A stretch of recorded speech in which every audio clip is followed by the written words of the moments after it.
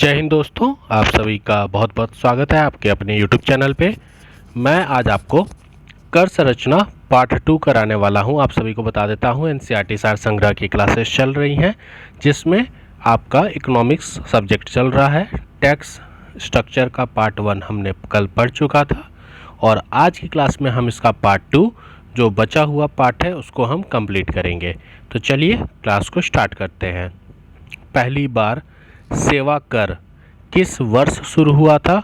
तो वर्ष 1994 और वर्ष 1995 में पहली बार सेवा कर शुरू हुआ था। तो याद रखिएगा, पहली बार सेवा कर वर्ष 1994 और 1995 में शुरू हुआ था। वर्ष 2020-21 में केंद्रीय आय में केंद्रीय उत्पाद शुल्क का कितने परसेंट का योगदान था? तो 7% का। कितने परसेंट का योगदान था? 7% का। क्लियर? कर के ऊपर लगाया गया जो अतिरिक्त कर है उसे हम क्या कहते हैं? तो उसे हम अधिभार या सरचार्ज कहते हैं। क्या कहते हैं? सरचार्ज कहते हैं। क्लियर? 14वें वित्त आयोग के अनुसार वितरण योग्य संसाधनों में 14वें वित्त आयोग के अनुसार वितरण योग्य संसाधनों में राज्यों का हिस्सा कितना प्रतिशत है?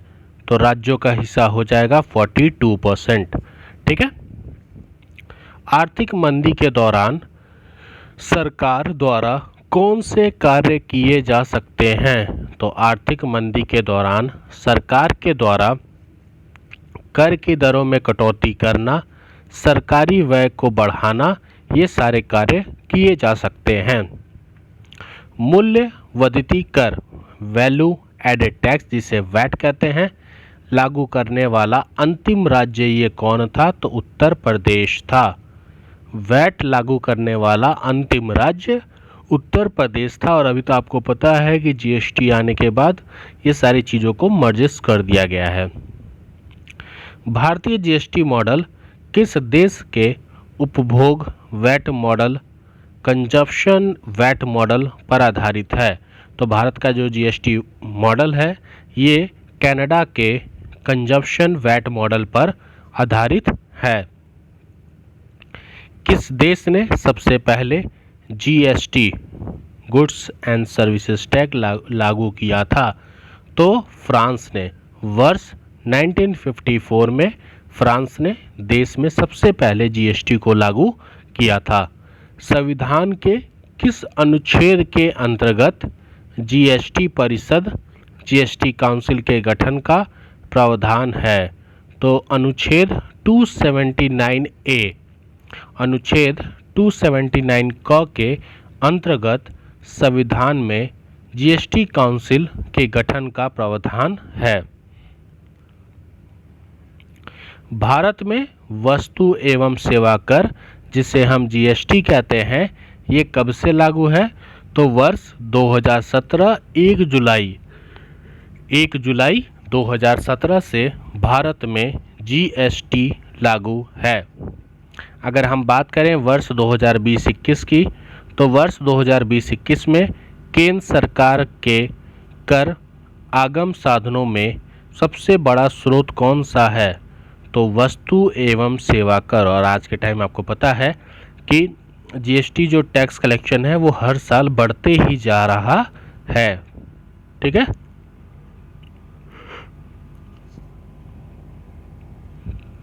जीएसटी परिषद का अध्यक्ष केंद्रीय वित्त मंत्री होते हैं। और अभी केंद्रीय वित्त मंत्री कौन है आपको पता है?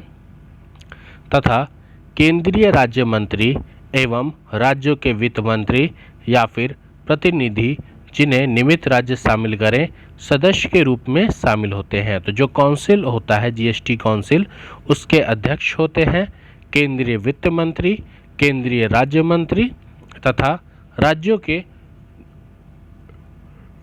वित्त मंत्री या जो उनके प्रतिनिधित्व होते हैं वो भी इसमें शामिल होते हैं।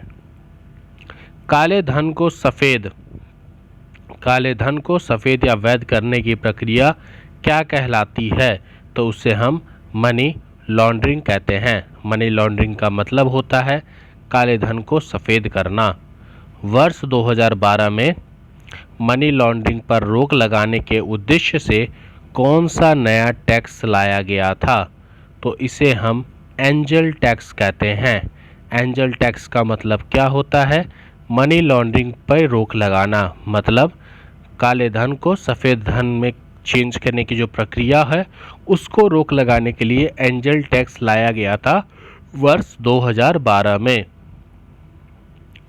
कौन सा नियम कर चोरी करने वालों की पहचान करता है? कौन सा नियम कर चोरी करने वालों की पहचान करता है? तो उसे हम गार कहते हैं, general anti avoidance rule, GAAR, general anti avoidance rule. Laffer work, Laffer curve, Laffer curve किस चीज़ को प्रदर्शित करता है? तो कर से राजस्व की प्राप्ति और कर की दर के मध्य जो संबंध होता है उसे हम लेफर कर्व कहते हैं। मतलब कर से आपको कितना राजस्व प्राप्त हो रहा है और कर की जो दर है उसके मध्य जो संबंध होता है उसे हम लेफर कर्व कहते हैं। चलिए आगे बढ़ते हैं।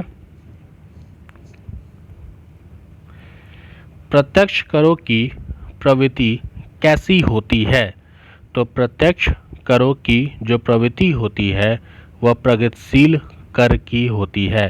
तो प्रत्यक्ष करों की प्रवृत्ति कैसी होती है? प्रगतिशील होती है। अप्रत्यक्ष कर किस प्रवृत्ति के होते हैं? तो प्रतिगामी प्रवृत्ति के। प्रत्यक्ष कर प्रगतिशील, अप्रत्यक्ष कर प्रतिगामी। ठीक है। भारत में मूल्यवर्धित कर किस समिति की अनुशंसा पर लागू किया गया था? भारत में मूल्यवर्धित कर किस समिति की अनुशंसा पर लागू किया गया था? तो असीम दास गुप्ता समिति। असीम दास गुप्ता समिति के सुझाव पर हमारे देश में मूल्यवर्धित कर को लागू किया गया था। विवाद से विश्वास योजना, विवाद से विश्वास योजना किससे संबंधित है?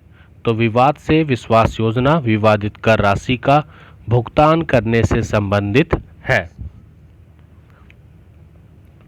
भारत में प्रत्यक्ष एवं अप्रत्यक्ष कर में सुधार के लिए बनी समिति के अध्यक्ष कौन हैं? RJ चैल्या थे। भारत में जो प्रत्यक्ष और अप्रत्यक्ष कर में सुधार के लिए जो कमेटी या समिति का गठन हुआ था उस समिति के अध्यक्ष RK चैल्या थे। Central board of direct taxes, central board of direct taxes का गठन कब किया गया था? तो वर्ष 1963 में CBDT का गठन किया गया था। ऑप्टिमल टैक्सेशन, इष्टतम करारोपण, इष्टतम करारोपण जिसे हम ऑप्टिमल टैक्सेशन कहते हैं, इसका सिद्धांत किसने प्रतिपादित किया था? तो ऑप्टिमल टैक्सेशन का सिद्धांत रैमसे ने इसको प्रतिपादित किया था। अनुत्पादक कर, अनुत्पादक कर किसे कहते हैं? तो अप्रत्यक्ष करों को ही हम अनुत्पादक कर कहते हैं। वैट सिद्धांत का प्रतिपादन किसने किया था?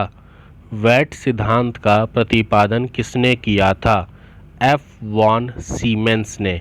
F. वॉन सीमेंस ने वर्ष 1918 में वैट टैक्स का सिद्धांत प्रतिपादन किया था। आय की वृद्धि के साथ कर की दर में भी वृद्धि होना किस प्रकार के करारोपण की विशिष्ट गुण है? तो इसे हम प्रगतिशील करारोपण कहते हैं। मतलब जैसे जैसे आपकी आय बढ़ेगी वैसे वैसे कर टैक्स भी बढ़ेगा। इसे हम प्रगतिशील करारोपण कहते हैं। समसामयिक कर, समसामयिक कर की श्रेणी में कौन से कर आते हैं? तो उपकर एवं अधिभार, सरचार्जेस। समसामयिक कर की श्रेणी में सरचार्जेस आते हैं। भारत में संपदा कर तथा संपत्ति एवं उपहार कर, भारत में संपदा कर तथा संपत्ति एवं उपहार कर लगाने का सुझाव सबसे पहले किसने दिया था? तो प्रोफेसर कैल्डर ने भारत में संपदा कर, संपत्ति कर और उपहार कर लगाने का सुझाव दिया था। प्रोफेसर कैल्डर ने, यही थे जिन्होंने ये सुझाव दिया था। केलर समिति किस चीज़ से संबंधित है? तो केलर समिति प्रत्यक्ष एवं परोक्ष करारोपण में सुधार से संबंधित है। प्रत्यक्ष एवं परोक्ष करारोपण में सुधार से संबंधित है आपका केलर समिति। क्लियर? चलिए आगे बढ़ते हैं। मोड वेट तथा शेन वेट किससे संबंधित है? मोड वेट और शेन वेट किससे संबंधित है? तो ये केंद्रीय उत्पाद शुल्क से संबंधित है आपका मोड वेट और शेन वेट। राज्य स्तर पर वेट किस कर के स्थान पर लागू हुआ था? तो बिक्री कर। तो राज्य स्तर पर वेट किस स्थान पर लागू हुआ था? तो बिक्री कर। बैंकिंग कैश ट्रांजैक्शन टैक्स और fridge benefit tax, banking cash transaction tax और फ्रिज बेनिफिट टैक्स कब प्रारंभ हुआ था? तो वर्ष 2005-06 में आपका ये प्रारंभ हुआ था। करदाताओं को पहचान हेतु अस्थायी खाता संख्या, जिसे पैन कहते हैं, और स्थान पर करदाता पहचान संख्या TIN प्रारंभ करने का सुझाव किया समिति ने दिया था। मतलब अब पूछ रहा है कि करदाताओं की जो पहचान हेतु पैन कार्ड की जगह पर टिन कार्ड प्रारंभ करने का सुझाव किस समिति ने दिया था? तो प्रोफेसर राजा जे चैल्या समिति ने।